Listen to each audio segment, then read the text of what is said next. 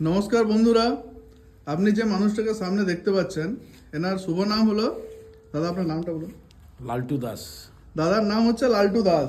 দাদা আমাদের চিনাকুড়ি প্রাঙ্গণে থাকেন এবং এনার সৎ কাজ হিসেবে আপনি আমাদের ছোট বড় সমস্ত মানুষকে আপনি জিজ্ঞেস করতে পারেন চিনাকুড়ি 1-2 নম্বর কলিয়ারি কিংবা চিনাকুড়ি বাজার সংলগ্ন এলাকাতে ইনি একটা ছোট্ট কাজ করে থাকেন।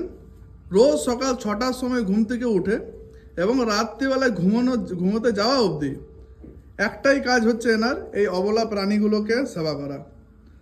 এনার মোটামুটি এনার মুখে জানতে চাইবো যে সকাল থেকে রাত অবধি এনার কতগুলো এমনি পাড়ার কুকুর আছে যাদেরকে আপনি সেবা করেন দাদা?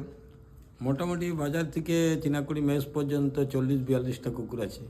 আপনার এই যে কুকুরদেরকে আপনার সেবা করার মানে আপনার বুদ্ধিটা কখন থেকে এসছে? আমি মোটামুটি আজ 2002-1 থেকে চিনাকুড়িতে আছি। তখন থেকে আমি দেখি যে এইসব কুকুর রাস্তায় মারা যাচ্ছে অ্যাক্সিডেন্টে, খাদ্যের অভাবে মায়ের পেছনে পেছনে ছুটছে। সেদিকে মায়া জাগে আমার। তখন থেকে আমি রোজগার করার চেষ্টা করি। রোজগার করে যতটুকু আমার রোজগার হয় তার 70% আমি কুকুরকে মানে আপনি সারাদিনে যে টাকাটা রোজগার করেন সেই টাকার মাধ্যমে যত টাকা আয়োজন হয় তার মধ্যে 70 টাকা আপনি ধরুন খাইয়ে দেন। ধরুন সারাদিনে 100 টাকা রোজগার হলে 70 টাকা খাই দেন। 70 টাকা কুকুরকে। তাহলে আপনার জীবন জীবিকা কিভাবে চলে? আমার ওই এর মধ্যেই চলে যেছে, তাদের আশীর্বাদে। আর কি বলবো?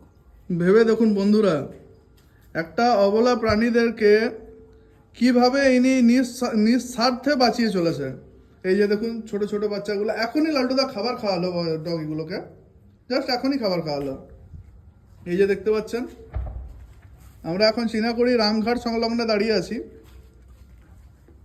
এনার মোটামুটি 43খানা, এই দেখুন দেখুন প্রেম দেখুন।